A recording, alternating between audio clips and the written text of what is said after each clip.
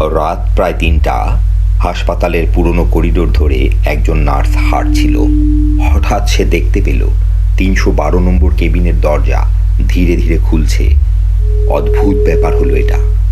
ওই কেবিনটা ৫ বছর ধরে বন্ধ ছিল। নার্সটি ভয়ে ভয়ে এগিয়ে গেল।